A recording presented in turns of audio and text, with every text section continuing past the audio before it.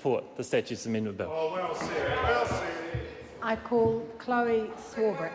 Thank you, Madam Speaker, and I would like to congratulate you in my first opportunity to do so, subsequent to my maiden speech.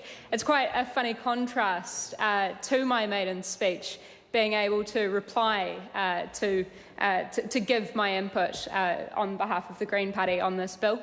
And I would like to remedy the understanding that Jamie Lee Ross has about the government's approach and its confidence and supply partners' approach to this bill.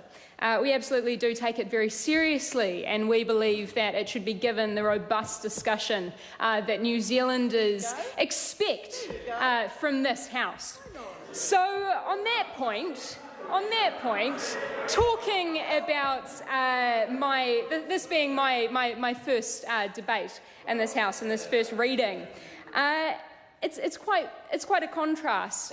Coming in quite idealistic, wanting to change the world, wanting to tackle all of these big issues, and being presented with a relatively non-controversial piece of legislation here in the form of this bill. So the Statutes Amendment Bill is obviously a pretty weighty piece of legislation. I think that the process for this bill also has to be commended. There was quite due cross-party consensus, a lot of that working together that I think a lot of New Zealanders also want to see, both inside this House, that collegial manner which I think is so important to actually getting things done. So in referring to different sections in this bill, in Part 1 we've got the Animal Welfare Act 1999. And just to echo the sentiments of Tracy Martin, this is something which we are absolutely stoked as the Green Party to be supporting, because this here is obviously something which relates to the mission of Eugenie Sage as Minister for Conservation to get New Zealand to predator-free by 2050.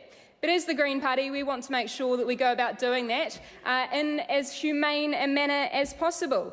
It's not these pests' fault that they are in New Zealand, and we wouldn't like to see them suffer for any longer than is necessary. So we're glad to see that those traps will be inspected within 12 hours after sunrise on each day if the trap remains set. If I can also draw the members, all of the members in this House, attention to Part 22 on the Policing Act 2008. So Section 67 amends Section 41 of the Policing Act 2008, the section on unclaimed property. And we as the Green Party are also very happy to be supporting this, because it is moving away from simply throwing away property, waste, not great, not disposing of property, but to giving away property. So property that has no monetary value, or only negligible monetary value, or property that is not appropriate or practicable to sell. And as the Green Party, we're obviously as keen as possible on diverting things away from waste and recycling. So to leave it there on that point, this is a relatively uncontroversial bill.